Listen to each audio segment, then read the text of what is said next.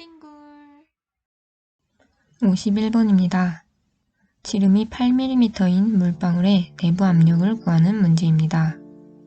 표면 장력은 4분의 델타 PD로 구할 수 있고 이것이 0.075Nm/m로 주어졌으므로 델타 P는 37.5파스칼입니다. 물방울의 내부 압력과 외부의 대기압의 차이를 델타 P로 나타낸 것으로 문제에서 내부 압력을 게이지 압력으로 물어봤기 때문에 대기압을 0이라고 했을 때 상승한 압력의 크기가 게이지 압력이고 마찬가지로 대기압을 0이라고 했을 때 상승한 내부의 압력은 델타 P로 답은 37.5파스칼을 그대로 써주면 됩니다. 52번입니다. 효율 80%인 펌프를 이용하여 저수지에서 유량 0.05 세제곱미터/s로 물을 5m 위에 있는 논으로 올리기 위하여 효율 95%의 전기모터를 사용할 때 전기모터의 최소 동력을 구하는 문제입니다. 펌프의 효율은 0.8이고 전기모터의 효율은 0.95입니다. 저수지에서 5m 위에 있는 논으로 물을 올리기 위해 필요한 동력은 감마 QH로 구할 수 있습니다. 즉, 물의 비중량과 유량, 높이를 대입해서 구한 동력 2450W는 펌프에서 최종적으로 나와야 하는 동력입니다. 이제 전기모터와 펌프를 살펴보면 전기로 모터에 AkW의 동력을 공급해 주었다면 모터의 효율은 0.95이므로 모터에서는 0.95AkW의 동력이 나와서 펌프로 전달됩니다. 그리고 효율 0.8인 펌프로 들어간 동력 0.95AkW는 0.8 곱하기 0.95AkW로 펌프에서 나오게 됩니다. 즉, 펌프에서 나온 동력 0.8 곱하기 0.95 곱하기 AkW가 최소한 2450W가 되어야 논으로 물을 올릴 수 있을 것입니다.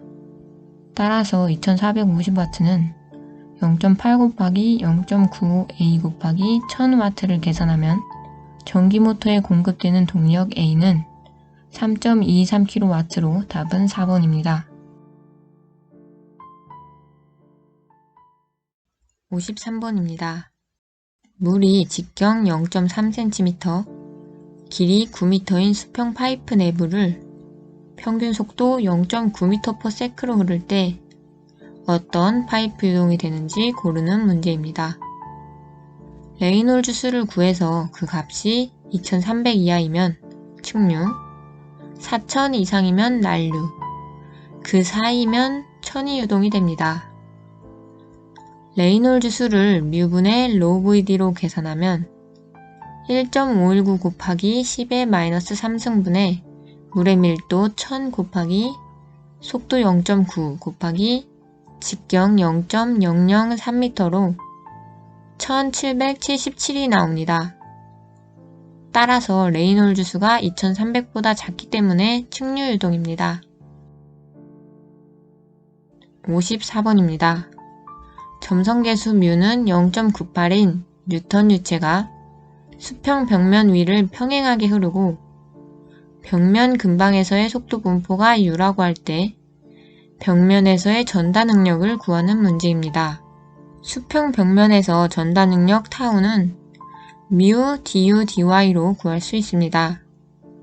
주어진 속도 분포 u를 y로 미분해 전다 능력을 구해보면 점성계수 0.98 곱하기 속도 u를 y로 미분한 값을 곱해서 이렇게 나옵니다. 벽면에서의 전다 능력을 구해야 하기 때문에 y에 0을 넣어 계산하면 전다 능력은 29.4로 답은 4번입니다. 55번입니다. 계기압 10kPa의 공기로 채워진 탱크에서 지름 0.02m인 수평관을 통해 출구지름 0.01m인 노즐로 대기 중으로 분사된다. 공기 밀도가 1.2kg/세제곱미터로 일정할 때 0.02m인 관 내부 계기압력은 약 몇 kPa인가? 조건에 위치 에너지를 무시한다 라고 하는 것은 보통 계반기에서 질량유량을 이용하여 식을 구할 때 또는 베르노이 방정식을 이용할 때 위치 에너지를 나타내는 항이 있어서 이를 무시하라고 주어집니다. 질량유량이 주어지지는 않았기 때문에 베르노이 방정식을 사용해서 문제를 풀어보겠습니다.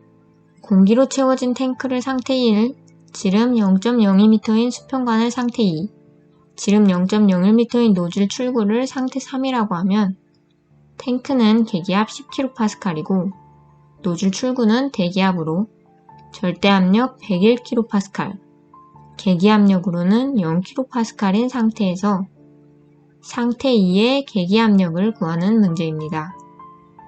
계기압력으로 구해야 되기 때문에 노즐 출구에서의 압력도 계기압을 사용해 문제를 풀어보겠습니다. 먼저 상태 1과 상태 2에 베르노이 방정식을 적용하면 위치 에너지를 무시하고 이렇게 쓸 수 있습니다. 이때 탱크 안의 공기는 출구와 멀리 떨어져 있고 탱크는 매우 크기 때문에 속도가 0에 수렴한다고 가정합니다. 식을 구하는 값 P2로 정리하여 대입하면 V2에 관한 식으로 정리됩니다. 속도 V2를 알기 위해 상태 2와 상태 3에서 최종유량이 일정하다는 Q는 AV식을 사용하면 A2V2는 A3V3고 지름을 대입해 정리하면 4 곱하기 V2는 V3라는 식을 하나 얻었습니다. 또 다른 관계식을 얻기 위해 상태 1, 상태 3에서 베르노이 방정식을 사용해보면 상태 3에서 계기압력은 0이고 정리해서 계산하면 상태 3에서의 속도는 129m/s입니다. 이제 V3를 앞서 구한 식에 대입해서 V2는 32m/s를 구할 수 있고 역시 맨 처음에 구한 식에 대입해서 계산하면 압력 P2는 9.4kPa로 답은 1번입니다. 중간에 속도를 구하기 위해 압력을 파스칼 단위로 계산한 후에 마지막에 다시 kPa로 바꾸어 주었습니다. 56번입니다. 그림과 같은 수문에서 A점은 힌지로 연결되어 있다. 수문을 그림과 같은 닫은 상태로 유지하기 위해 필요한 힘 F는 몇 kN인가? 수문에 작용하는 힘은 바닥에 수평하게 깔려있는 수평면에 작용하는 힘 F1과 수직으로 세워져 있는 경사면에 작용하는 힘 F2를 각각 구해 수문 힌지에서의 모멘트 평형식을 적용해서 문제를 풉니다. 먼저 수평면에 작용하는 힘 F1은 ρgHA로 구할 수 있고 계산하면 78400N입니다. 이 힘은 수평면에 고르게 작용하고 있기 때문에 수평면의 중앙에 집중해서 작용한다고 생각합니다. 수직면에 작용하는 힘 F2는 수직한 면에 선형으로 압력이 분포하기 때문에 이 압력 프리즘의 면적과 같은 크기로 힘이 작용합니다. 즉 수면에서의 압력은 0이고 2m 아래에서의 압력은 앞서 수평면에 작용하는 압력과 같으므로 수직한 면에 작용하는 힘의 크기는 0과 F1의 평균값인 39200N입니다. 여기서 중요한 것은 힘 F2의 작용점입니다. 그림과 같이 압력이 삼각형 형태로 분포하기 때문에 압력 프리즘의 도심 위치에 힘이 작용합니다. 삼각형에서는 깊이 3분의 2 지점에서 힘 F2가 작용합니다.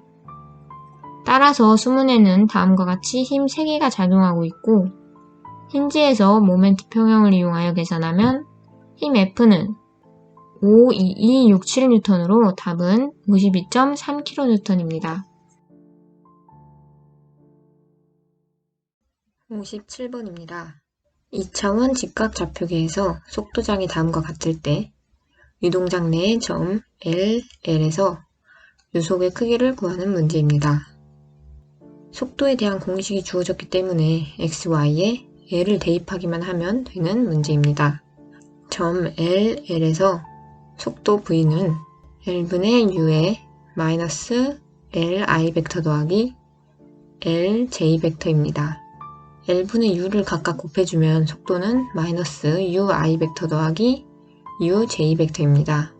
문제는 이 속도의 크기를 구해야 하는데 벡터에 대해서 알고 있으면 간단하게 풀 수 있습니다. 벡터 i는 크기 1의 x방향 벡터이고 벡터 j는 크기 1의 y방향 벡터입니다. 마이너스 u 곱하기 i 벡터는 마이너스 u 크기의 x방향 벡터이고 u 곱하기 j 벡터는 u 크기의 y방향 벡터입니다. 따라서 두 벡터의 합은 루트 2u의 크기를 갖게 되고 답은 4번입니다. 58번입니다. 온도 증가에 따른 일반적인 점성계수의 변화에 대한 설명으로 옳은 것은? 답은 4번입니다. 온도가 상승하면 액체의 점성계수는 감소합니다. 굳어있던 기름을 가열하면 유동성 있는 액체가 되는 것을 보면 쉽게 알 수 있습니다. 온도가 증가하면 모여있던 액체 분자의 운동성이 활발해져서 응집력을 잃고 흩어지려고 합니다. 즉, 점성계수가 낮아집니다. 반면에 기체의 경우 온도가 증가하면 점성계수는 증가합니다. 기체 분자는 기존에 뭉쳐있던 액체 분자와 달리 멀리 떨어져 있습니다. 때문에 온도가 상승하면 분자의 운동이 활발해지고 멀리 있던 분자들이 빠르게 움직이면서 서로 부딪히는 일이 더 많아집니다. 즉, 더 많은 상호작용을 함으로 가까워졌다고 생각할 수 있습니다. 정리하면 온도가 증가하면 모여있던 액체는 운동성을 가지고 흩어지게 되고 점성이 감소합니다. 반면 멀리 있던 기체는 빠르게 움직이며 더 많이 부딪힐 수 있어서 점성이 증가합니다. 59번입니다. 그림과 같이 지름 D와 깊이 H의 원통 용기 내에 액체가 가득 차 있을 때 수평 방향으로의 등가속도 운동을 하여 내부의 물의 35%가 흘러 넘쳤다면 가속도 A와 중력 가속도 G의 관계로 옳은 것을 고르는 문제입니다.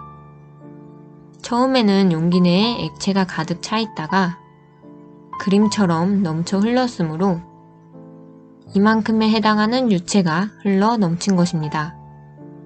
즉, 가득 차 있던 액체가 35%만큼 흘러 넘쳤으므로 원통 밑면의 면적을 A라고 하면 전체 부피 AH분의 흘러넘친 부피 2분의 1 AH는 0.35여야 합니다.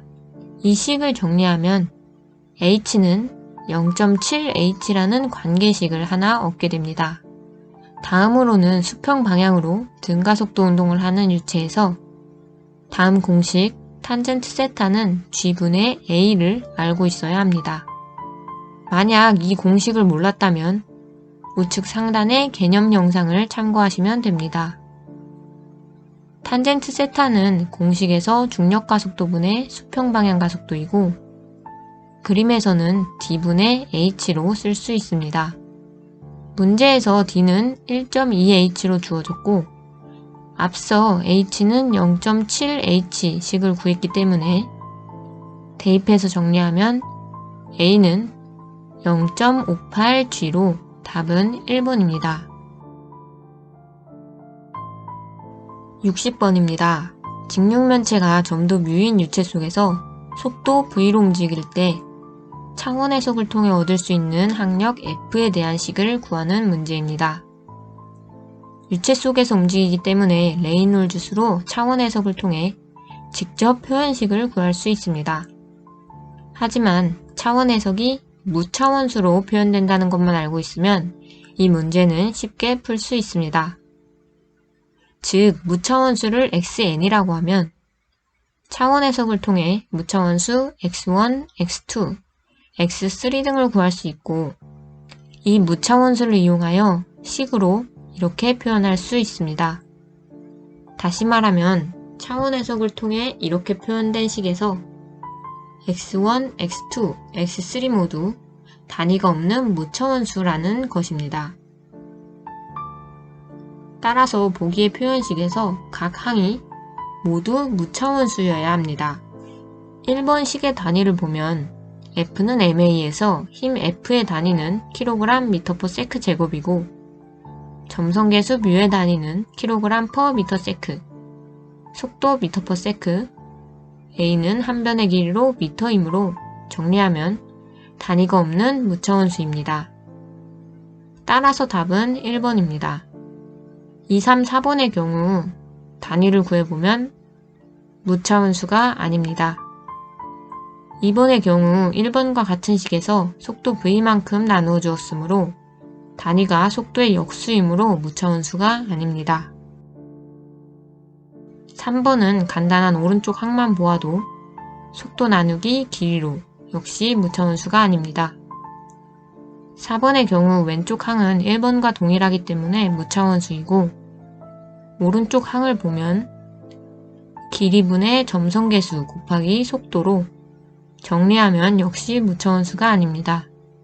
따라서 차원 해석에서는 표현식이 무차원수의 항으로 표현된다는 것을 알고 있으면 됩니다.